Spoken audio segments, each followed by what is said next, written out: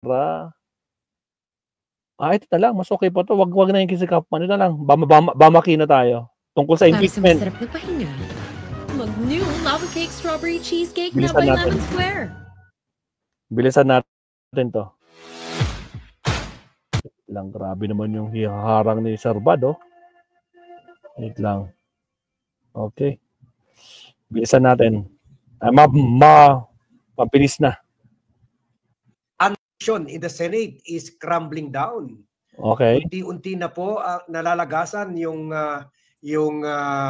DDS force na gumagalaw para patayin ang impeachment trial. Ha?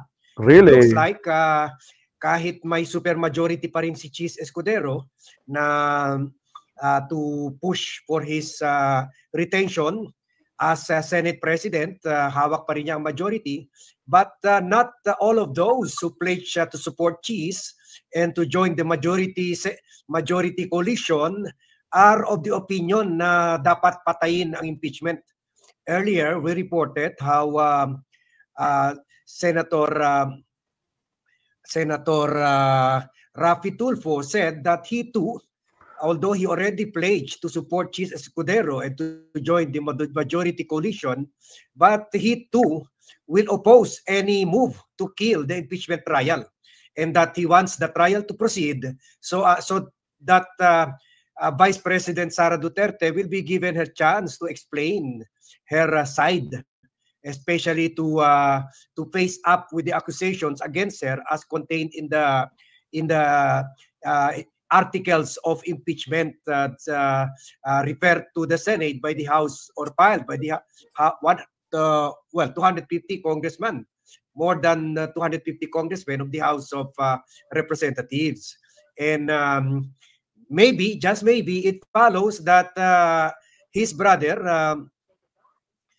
new neophyte Senator Erwin Tulfo, will also join him, because if you see the coalition or the blocks shaping up in the Senate, is that parang nagkakaroon na ng hindi lang opposition block, majority block, seniors block, or sila si Tito Soto, Loren Legarda, and Ping Lacson, kundi nagkakaroon na rin ng mga block of siblings, like the block of the Tulfos, Raffy and Erwin, and then the block of the Cayetanos, Pia and Alan, and the block of the Estradas, Jinggoy and JV, although ito hindi talaga parati ito hindi nakakasundo, pero pwede pa rin consider na block. And then andyan rin yung Villar block, made up of Mark and Camille Villar. Unless magmamangka sa dalawang ilog at manigurado ang mga Tulfos na si Raffy at si Erwin will vote for the killing of the trial. So pwede rin mangyari yan. Ganyan rin ang ginagawa ng nila JV at saka nila Jinggoy Estrada. Parati two sides of the coin sila, two opposing groups ang binoboto nila or dumidikit sila, para kasi kahit sino manalo, good pa rin ang Estrada dynasty. So yan, that's the sigurista vote. Pero ewan ko, sa tingin ko, to show unity, baka the two Tulfos will vote as one, at baka si Erwin ay susunod sa wisdom ng older brother niya na si Raffy, and that is to vote. And anyway, my presidential plans rin for sure itong dalawa, if not 2028 or later. So nakita naman nila yung mga surveys ngayon, yung new survey na sinasabi na 60% of the Filipino population favor the trial to proceed. So mahirap rin kontrahin yan na majority view na yan. So nakita na natin si Ping Lacson, si Tito Soto, si Loren, at recently nakita rin natin si Mick Zubiri, apat na yan. And then baka si Win Gatchalian, kahit sa majority, parang meron siya mga pahayag na pinapaboran niya yung matuloy yung yung impeachment. Baka si Lito Lapid rin dahil tumakbo naman ito sa alyansa. So, 6 na, ha? 6. And then baka tulad ng sinabi natin noon, baka naman itong si narangan tayo mga kakabsat. Nako, gutom na ako. McDonald's pa man din. Nako, pao. Dalawang harang mga kakabsat, ha? Si Bam Aquino at si Kiko Pangilinan ay kahit magjo-join sila sa majority, if they will join the majority ni Chis Escudero, baka boboto pa rin sila laban kay Sara Duterte. In short, iboboto pa rin nila para ituloy yung, at ganun nga ang sinabi ni Bam Aquino sa Facebook post niya kahapon na he wants the trial to proceed.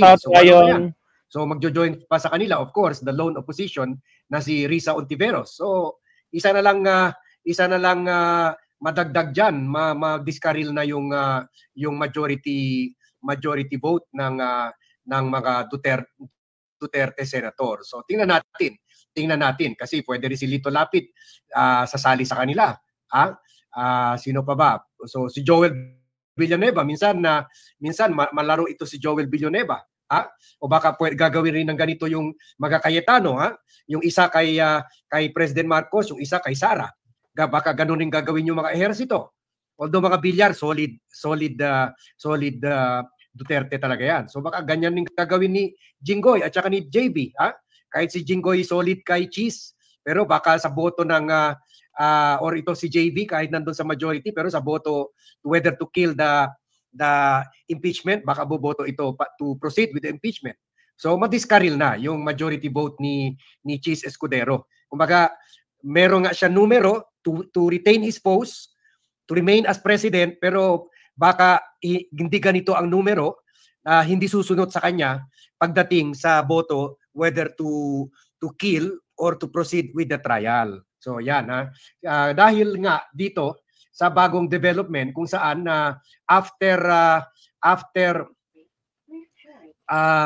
yung pahayag ni Rafi Tulfo na baka sila ni Erwin to proceed with the trial, nag-post rin ito si Bam Aquino kahapon. At pwede nyo ito i-check sa Bam Aquino Facebook page. Sabi niya dito, and I quote,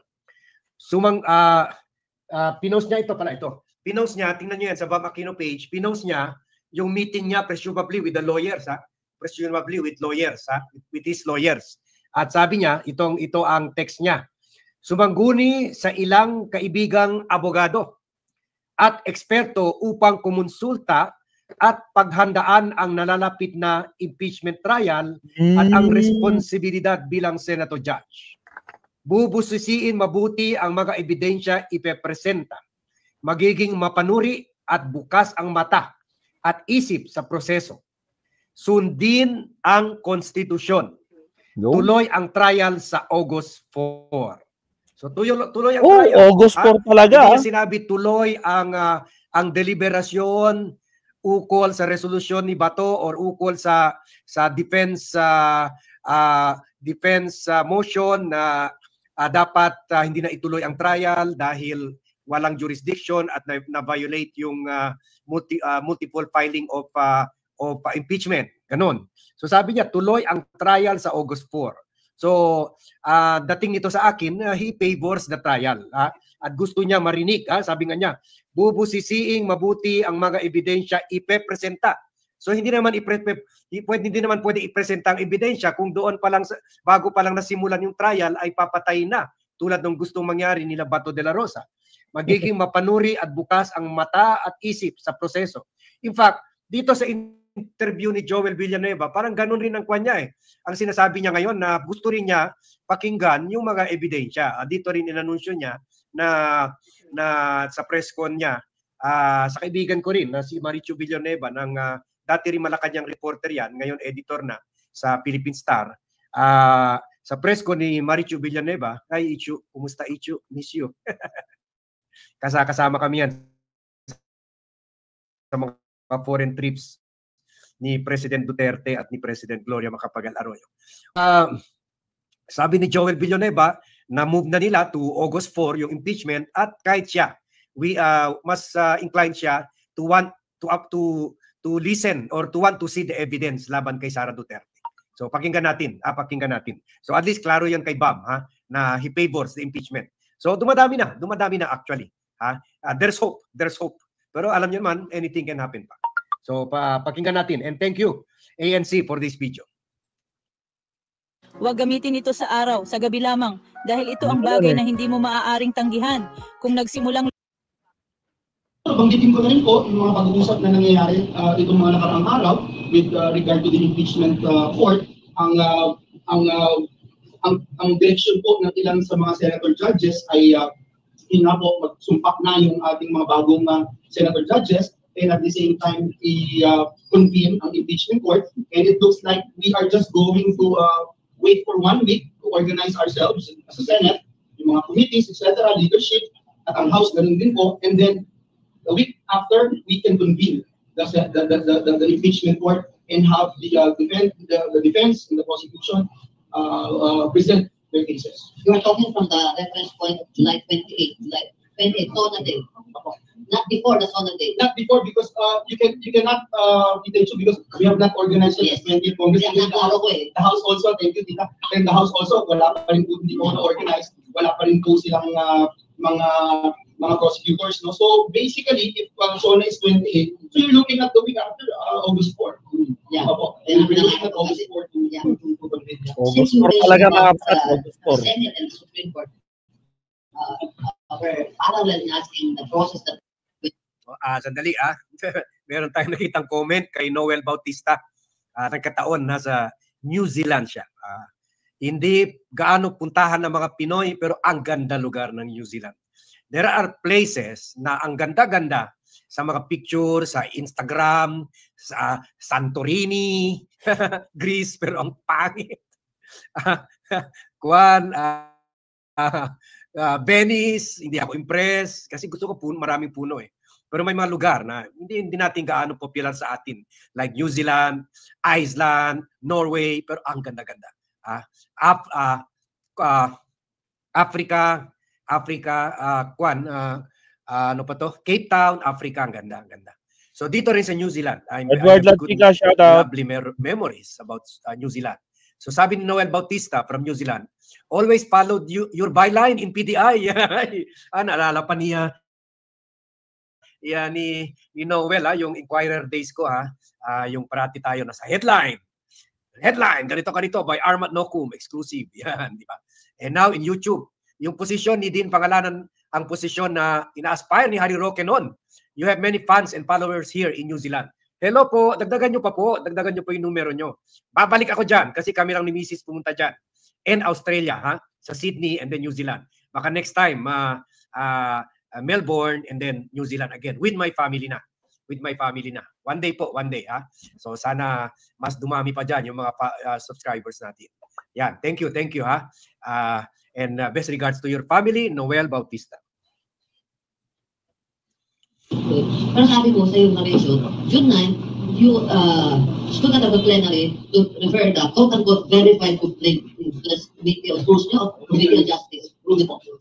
So, parang may admission ako yung verified complaint na yun. Why then remand it and ask for contradiction in terms yun? If you look at the history ng mga impeachment proceedings, ang first few days, in fact, 10 session, 12, 2 weeks, lagi po yan about jurisdiction. Laging yan ang debate. So with this, we'll be able to shorten the time na tanungin ng prosecution. And I am hoping also, Tita Chu, by the way, na the Supreme Court will also come up with their decision as soon as possible. Makita din natin na we are on the right track. You mean that the 5 elected senators will take again their oath? Yes. I mean, opo, kasi nag-end po yung kanilang pagiging senador nitong 19. Mag-uusap. Ang pag-uusap namin, ng ilang mga senador, together with the Senate President Jesus Escudero, na once we were able to organize ourselves, ayos na yung leadership, probably yung mga committees, maka-elect ka na rin ng mga chairperson, kahit hindi pa siguro membership, kasi medyo it takes time also, no? Okay, thank you ha. Ini-invite tayo ni Joel next time sa New Zealand. Sige, I will inform you. Ha? Papunta sana tayo itong October sa South America at Antarctica, pero for God and country, ha, i-kwan ko muna yan, i-move ko na to next year. Kasi dapat nandito tayo sa bansa. For this impeachment trial. Nandito tayo. Pero kung hindi matuloy impeachment, alis na ako. Tuloy ko rin bakasyon ko. Wala nang pag-asa ang Pilipinas. Sige, tuloy tayo. Is given 2 days, session days. Perhaps we're looking at August 4. Wala pa namang definite na schedule doon, pero yun yung nakikita namin sa mga pag-uusap. And I'm sure si Senate President Chis Escudero would ask our views on this. Ako, nung tinanong niya ako, nag-agree na ako na pwede yung August 4, and I think that's enough time to be given sa Senate and the House to organize itself. And come August 4, we'll be able to convene the impeachment court, maka-take ng oath yung mga bagong senator judges. And at the same time, harap na yung prosecutors at defense team ni VP Sara. Sir, din po sa naging meeting po ninyo, informed na rin po sina Senator Rizal. Informal. This is an informal meeting. Remember, we have yet to convene the 20th Congress. So, baka biglang mag-jump in yung mga iba na may kasunduan na. Hindi po, it's an informal meeting. But we have about 4 or 6 senators na nag-agree din. So, yun lang. I'm just sharing yung developments na nangyayari. And that is our plan, our suggestion, our thoughts on when we can convene the impeachment court. Kasi any time of the day, if you recall, di ba, nung June 10, hindi pa naman talaga doon i-convene yung impeachment court. Supposed to be a day after. But we were able to convene ourselves as an impeachment court last June 10. Kahit na hindi yun ang schedule. So again, at the end of the day, consensus pa rin yan ng majority. Never misses soup. Okay, thank you ANC for this video. So medyo nakakainis isipin na na-move na naman, 1 week delay na naman, diyan sila magaling, delaying tactic. Pero sa akin okay lang pag-awayan nyo muna, pagdebatehan nyo muna yung mga committees, bigyan nyo muna ng committee si Bam at saka si Kiko, and then pag bumoto ito, wala na kayo, na nakuha na nila yung committee, at yung iba, nakuha na yung mga committee nila, yan naman pinaglalawayan nila dyan. So, pwede na kasi maraming pera yung mga committee na yan. So, pwede na sila iboto ayon sa konsensya nila, kung may konsensya sila. So, let's see ha.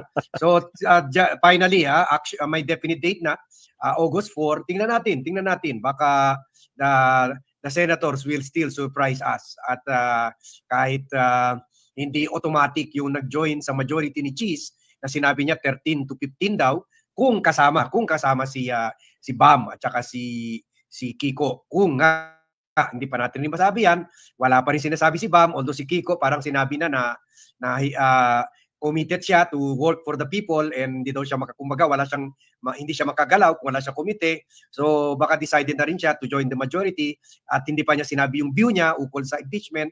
Pero tingnan natin, baka naman mag-join siya sa majority, pero like Bam Aquino, he will vote, or like Erwin and Raffy Tulfo, they will vote para ituloy yung impeachment. So tingnan natin, malapit-lapit na ha. And we will be giving you more updates, more analysis kung ano ba talaga ang direksyon ng bawat senador sa issue ng impeachment. So thank you very much everyone for watching.